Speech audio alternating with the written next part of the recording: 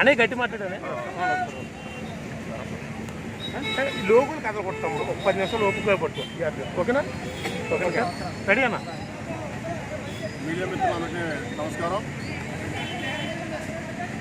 మొన్న 8వ తారీఖున గురువారం సాయంత్రం టైంలో ఈ అనపత్తి, తూర్పుగోదావరి జిల్లా అనపత్తి నియోజకవర్గ అనపత్తి గ్రామంలో 9 సంవత్సరాల బాలికపై, చేనేత కులానికి చెందిన బాలికపై సత్యనారాయణ రెడ్డి అనే వ్యక్తి అతి క్రూరంగా, శారీరకంగా మరి రేప్ అటెంప్ట్ చేయడం జరిగింది.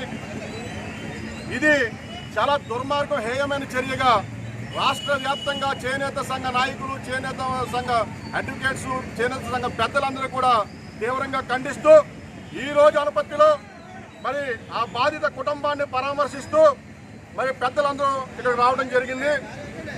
మరి ఇటువంటి చర్య చాలా దారుణమైన చర్య. ఇటువంటి చర్య మళ్ళీ పునరావృతం కాకుండా ఉండాలంటే మరి సత్యనారాయణ రెడ్డి అనే వ్యక్తికి ఉరిశిక్ష విధించాలని మేము చేనేత కులాలందరూ కూడా డిమాండ్ చేస్తూ ఉన్నాం.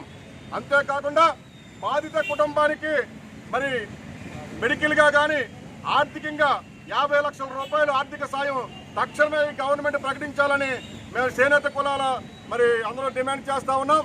మరి ఇటువంటి తప్పులు, ఇటువంటి అత్యాచారాలు, ఇటువంటి